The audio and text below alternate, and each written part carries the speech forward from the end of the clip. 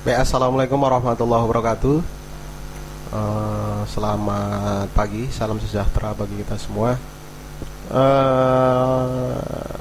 Perkenalkan, nama saya Iwan Purnama, salah satu dosen Universitas Labuan Batu, Fakultas Sains dan Teknologi. Kemudian saya home base-nya di Prodi Teknologi Informasi. Jadi adik-adik mahasiswa, jadi di sesi ini kita kenalan dulu ya. Kita perkenalan dulu sebelum kita masuk ke materi ya. Masuk ke materi. Kita kenalan dulu ya. Jadi pepatah bilang tak kenal maka tak sayang ya.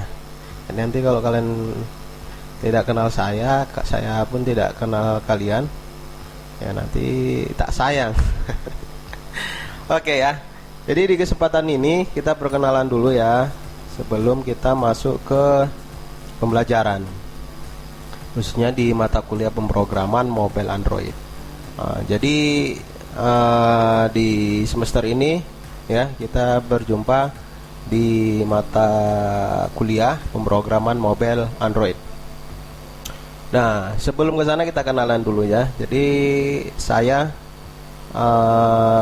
lahir di Ajamu ya, 12 Februari 1992.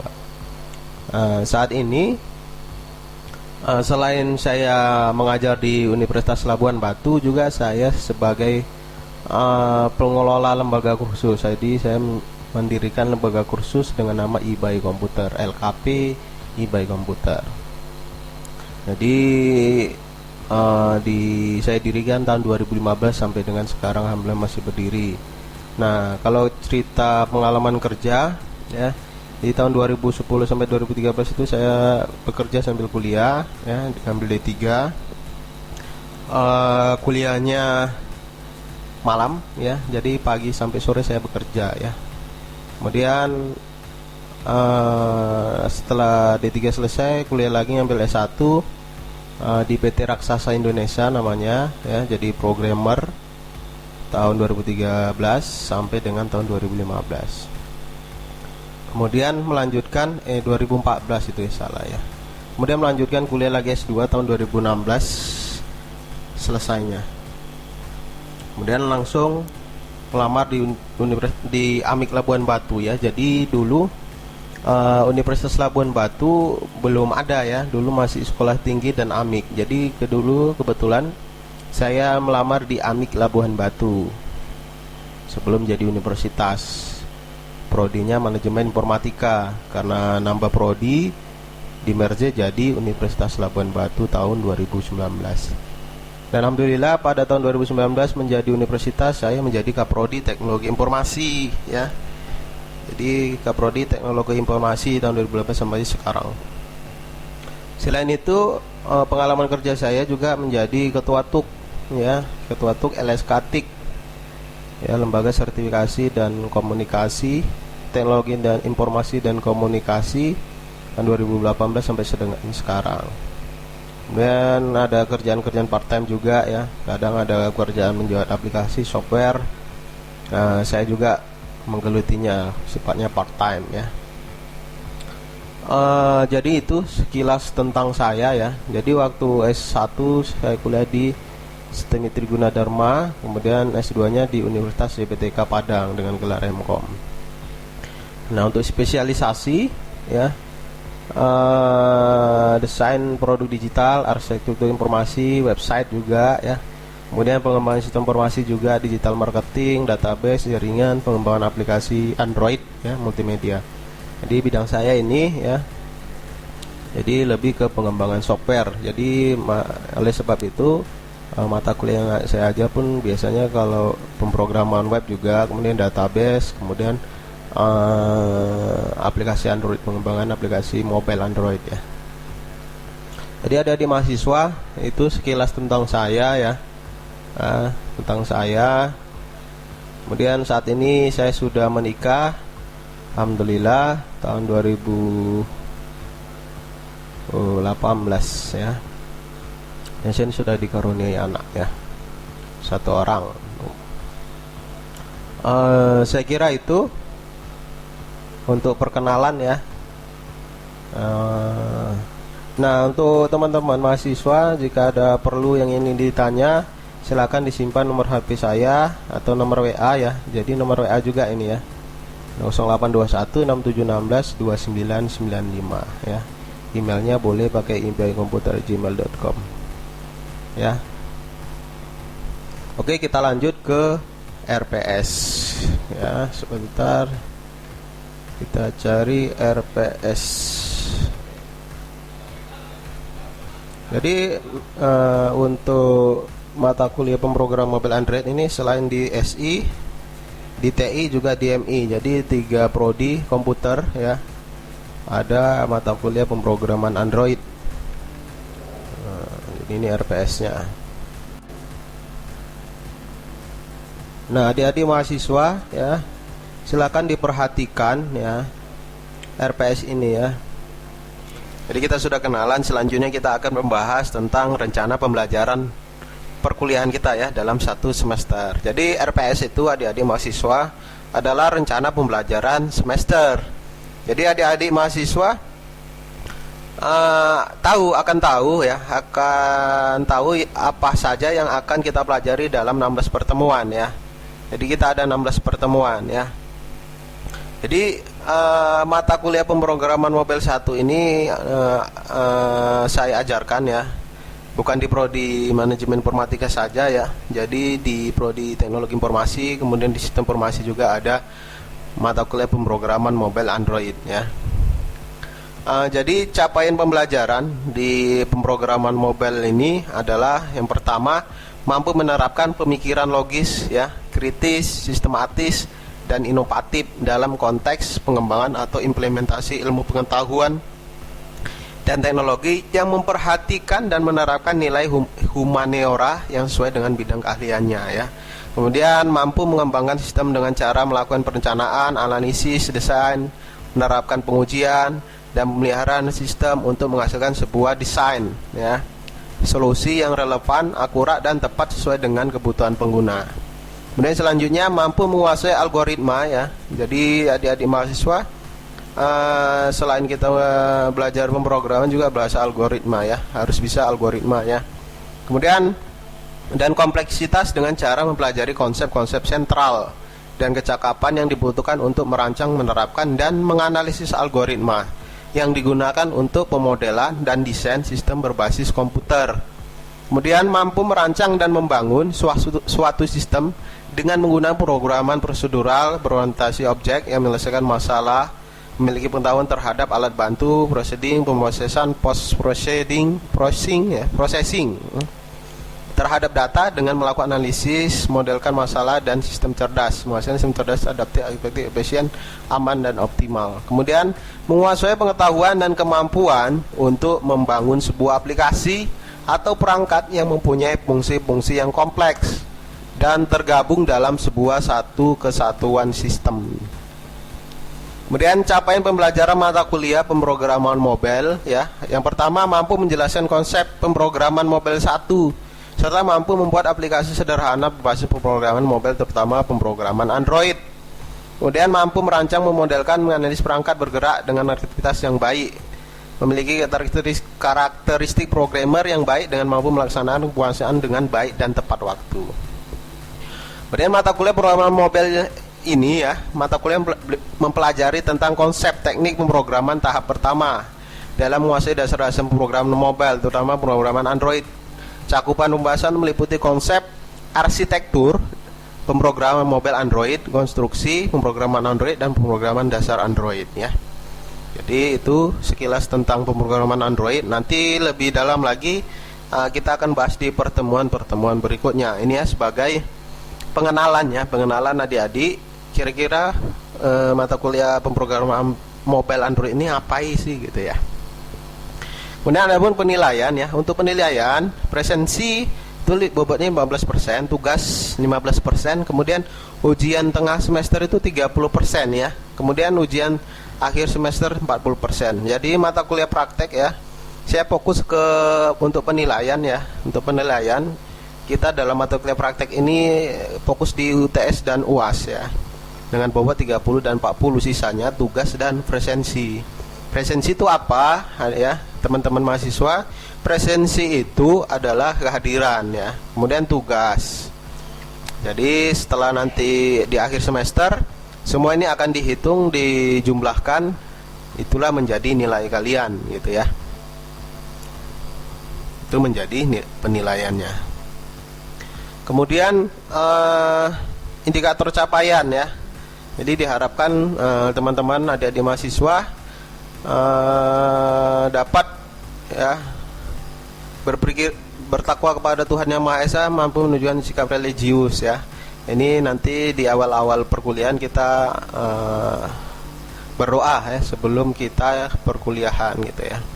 Kemudian berpikir kritis, kreatif ya, sistematik, wawasan luas, etis, bersikap demokratis ya. Kemudian berkeadaban serta dapat ikut berperan mencari solusi masalah sosial dan budaya secara arif. Nah, untuk referensi ini dari e-book ya, e-book dari Remes and Segment. Ada 2 referensi. Saya kira kita lanjut aja.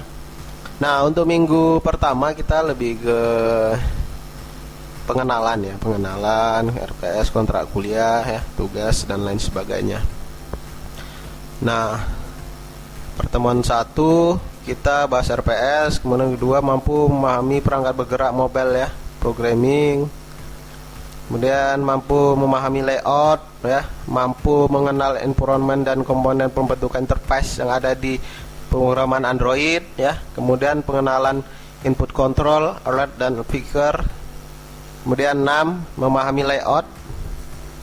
Dan nanti di pertemuan 8 kita UTS ya, 8 UTS. Kemudian di pertemuan 16 ini kita skip aja UAS ya. Jadi nanti teman-teman mahasiswa jika ada yang perlu mau ditanya silakan ditanya ya. Silakan ditanya melalui chat pribadi atau di grup ya.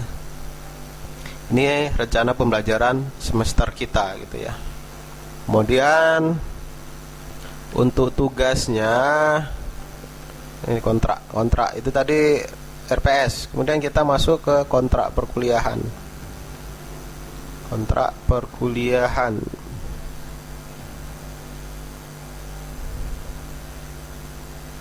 Ya.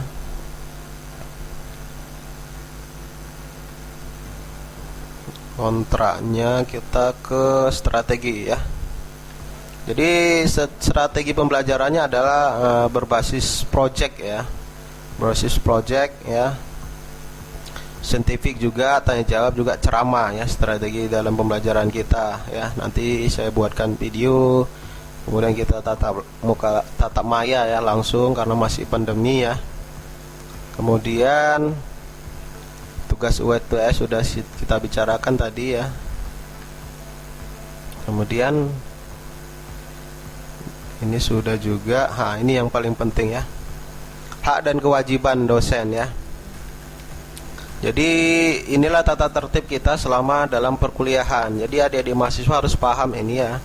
Jadi yang pertama hadir tepat waktu. Kemudian dosen ya, dari sudut pandang dosen, saya ya sebagai dosen. Kemudian ini kewajiban saya ya. Dosen berkewajiban menjelaskan materi perkuliahan selama 1 semester ke depan serta menyampaikan kontrak perkuliahan ya. Udah kita bahas ini kontrak perkuliahannya ya. Kemudian 3, dosen berkewajiban melangsungkan perkuliahan tepat waktu dengan batas toleransi 15 menit ya. Ya, 15 menit. Ya, nah ini mahasiswa pun juga 15 menit ya kita buat. Kemudian dosen berkewajiban memberikan tagihan dan penilaian terhadap setiap mahasiswa. Dosen berhak meminta setiap tugas yang diberikan kepada mahasiswa. Ya, dosen berhak memberikan teguran terhadap mahasiswa tidak mengumpulkan tugas. Apabila melewati batas disepakati, maka dosen tidak berhak memberikan sanksi berupa penurunan nilai. Ya, jadi dosen bisa memberikan sanksi berupa pengurangan nilai ya. Jadi teman-teman mahasiswa, jika nanti ada tugas yang saya berikan, teman-teman tidak mengumpulkan pada waktu yang saya tentukan, nilai Anda akan saya kurangi gitu ya. Akan saya kurangi. Oleh sebab itu, ketika ada tugas yang saya berikan, silakan dikumpul tepat waktu sesuai waktu ya, sewaktu jam yang saya tentukan, kemudian hari yang saya tentukan ya, biasanya seperti itu ya. Kemudian dosen berhak menegur, mengeluarkan mahasiswa yang tidak patuh terhadap kontrak kuliah ya, yang tidak patuh.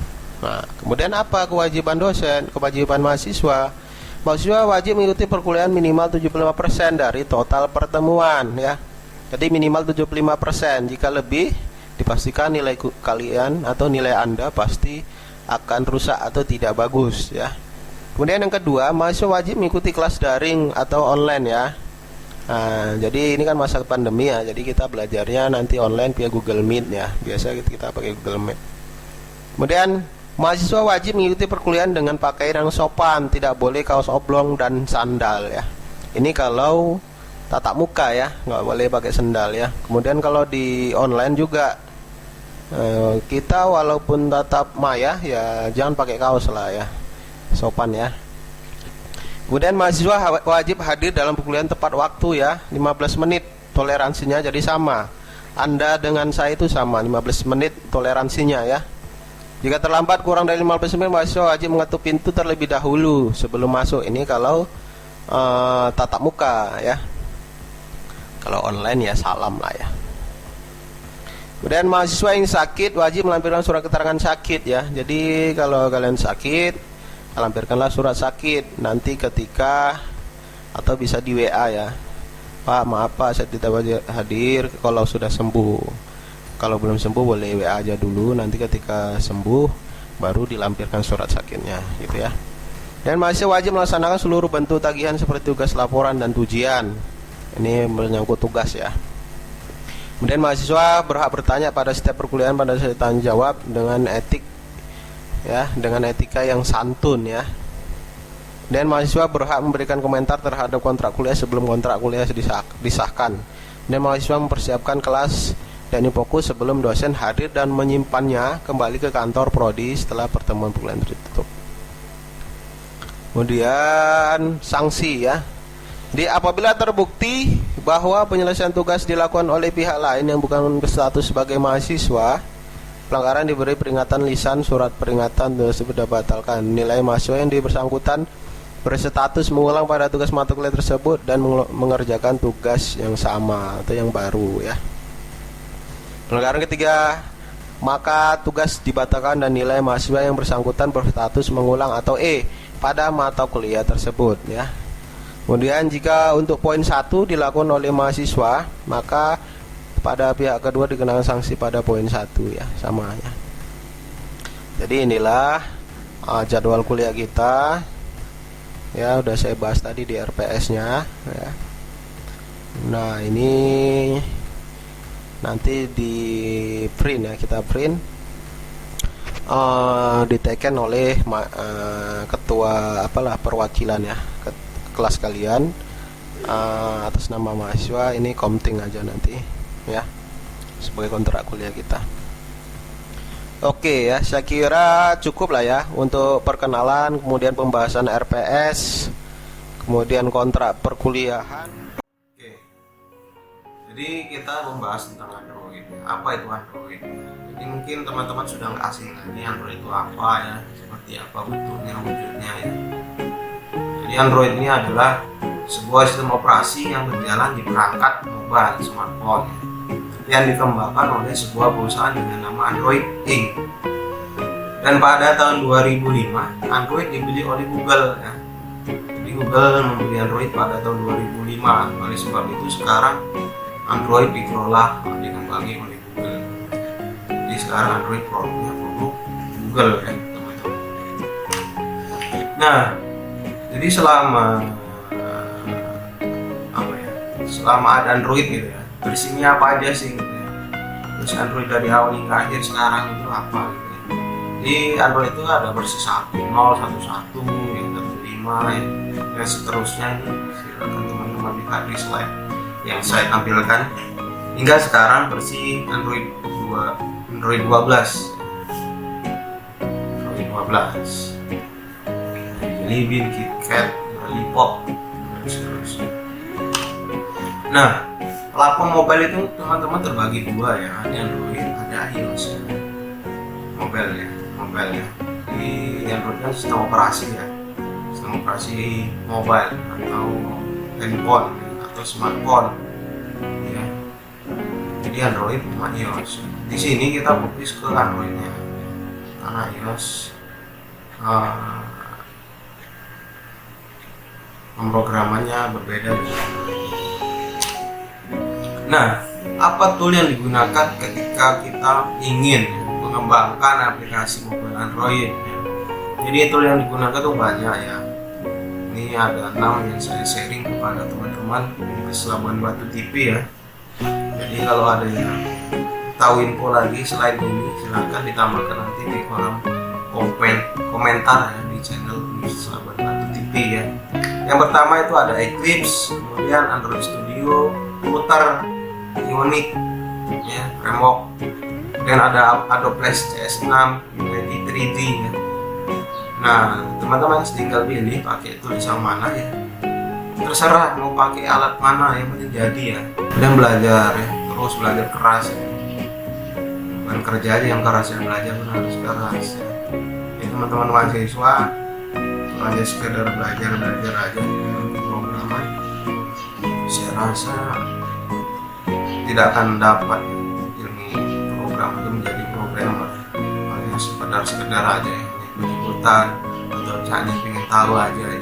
Kita harus benar-benar masuk secara full gitu ya. Ibarat mandi ya sekaligus terus basah gitu. Jangan cuci muka aja atau cuci tangan aja, cuci rambut aja ya harus benar-benar basah semua gitu. Ini maksudnya belajar keras. Oke, itu ya. Kemudian untuk spek komputer kita, laptop kita gimana gitu ya. Ya minimal itu Core i3 lah ya. Dan bisa pakai Windows 7 atau Windows 8 ya. Pakai Linux pun boleh. Terserah teman-teman yang familiar atau sering lebih suka pakai Linux ya, silakan pakai Linux ya. Nah, RAM-nya disarankan ya 8 GB dan 1 GB untuk Android emulatornya. Nah, space di data C itu minimum 2 GB lah ya. Terserah, kalau di C kan biasanya kalau di komputer itu kan ada 2 partisi ya, C sama D. Nah, di C itu kosongnya itu 2 GB lah minimal, jangan 1 GB. Ini rekomendasinya. Kemudian Core i3 itu di atasnya lebih baik. Ya, semakin tinggi spek komputer teman-teman, ya semakin enak gitu ya. Karena memang pemrograman Android ini dibutuhkan spek komputer yang tinggi lah ya. Karena kita berat, rata-rata aplikasi pengembangan mobile ini berat gitu. Berat untuk spesifikasi komputer yang tinggi lah ya. Core i5, Core i7 atau di atasnya lebih bagus Core i9 ya. Semakin tinggi spek komputer kita mungkin mudah, mungkin cepat jadi script programnya, testingnya.